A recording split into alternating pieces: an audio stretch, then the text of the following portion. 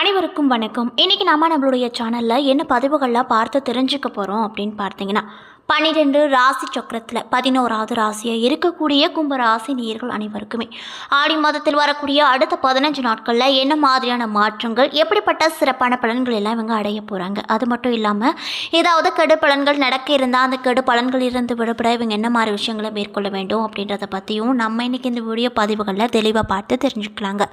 இந்த பதிவுகள் அனைத்துமே கும்பராசி நேயர்கள் அனைவருக்குமே பயன் கொடுக்கக்கூடிய விதத்தில் தான் இருக்கும். ஸோ வீடியோவை ஸ்கிப் பண்ணாமல் தொடர்ச்சியாக பாருங்கள்.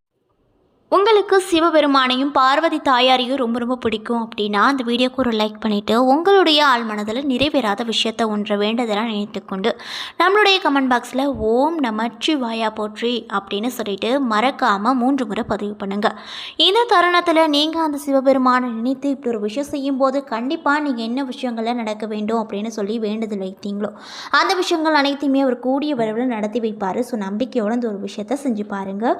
அதுக்கு முன்னாடி நீங்கள் இப்போ தான் நம்மளுடைய சேனலை ஃபர்ஸ்ட் டைம் பார்க்குற மாதிரி இருந்தால் மறக்காமல் சப்ஸ்கிரைப் பண்ணிவிட்டு கீழே இருக்கும் பெல் ஐக்கானையும் மறக்காமல் கிளிக் பண்ணிடுங்க.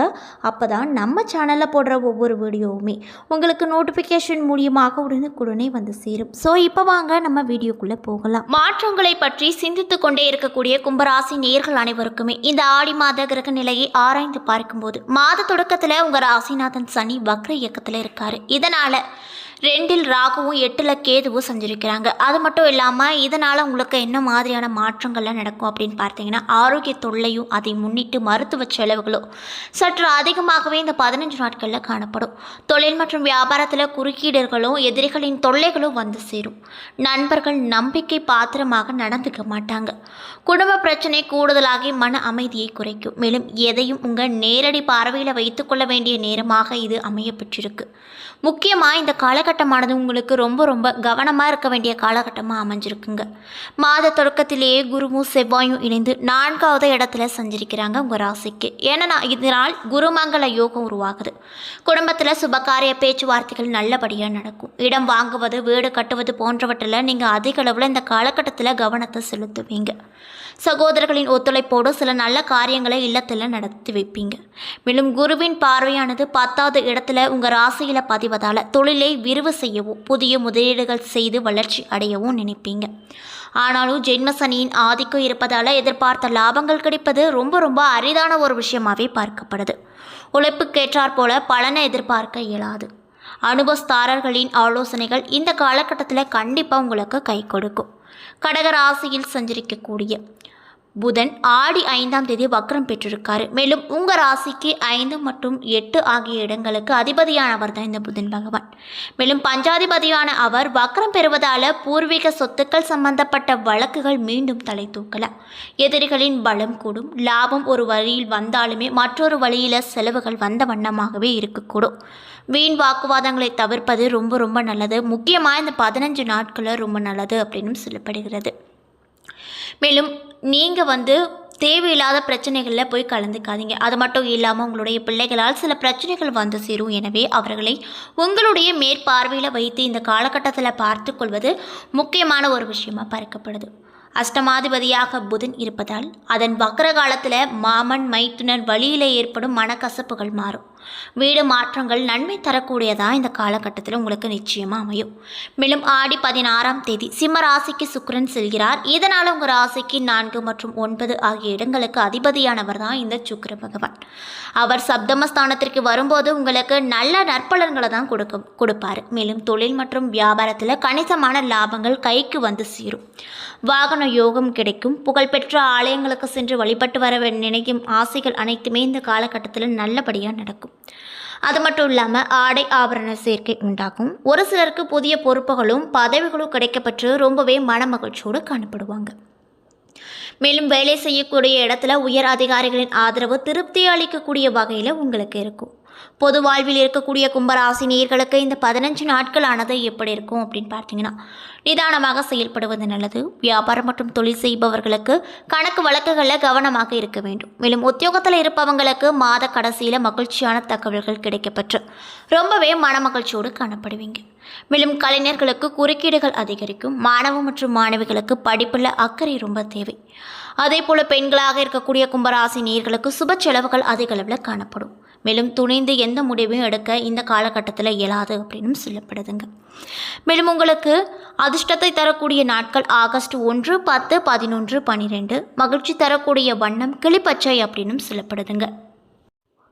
அதே போல் இந்த 15 நாட்கள் உங்களுடைய காதல் மற்றும் குடும்ப உறவு எப்படி இருக்கும் அப்படின்னு பார்த்தீங்கன்னா, உறவு விவகாரங்கள் சிறப்பாக இருக்கும். இருப்பினும் கூட இந்த காலகட்டத்தின் இறுதியில் நீங்கள் குடும்பத்தில் உள்ள பிரச்சனைகளில் சிக்கிக்கொள்வீங்க. சில சந்தர்ப்பங்களில் உறவில் உள்ள சிக்கல்களுக்கு உங்கள் துணை காரணமாக கூட இருக்கக்கூடும். மாதத்தின் 2வது பாதியில் வாழ்க்கை துணைக்கு சற்று ஈகோ உருவாகலாம்.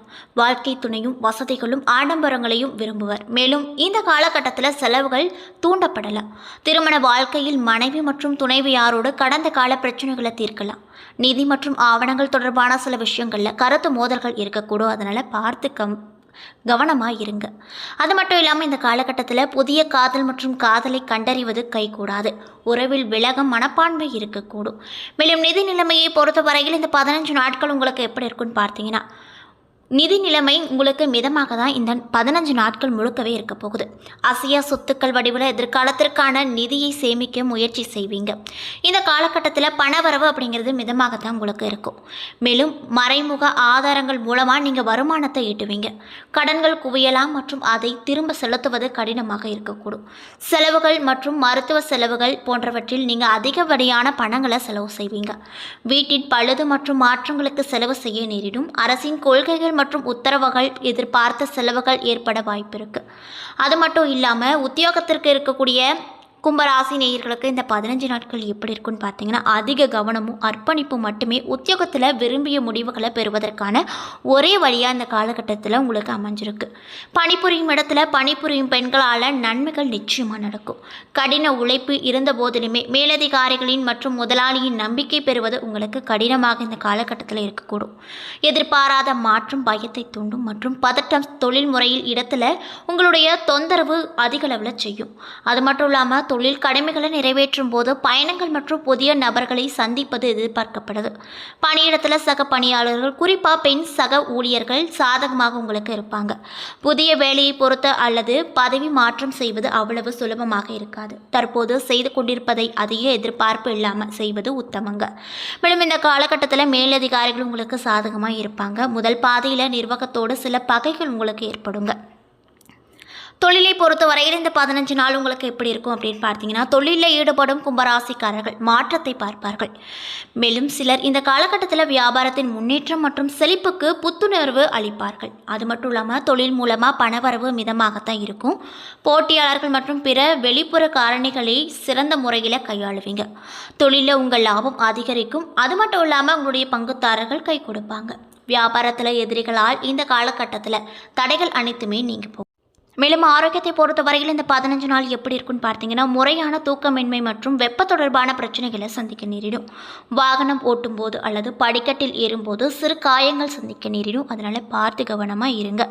பிள்ளைகள் மற்றும் மனைவியால் இந்த காலகட்டத்தில் உங்களுக்கு அதிகப்படியான செலவுகள் வரும்.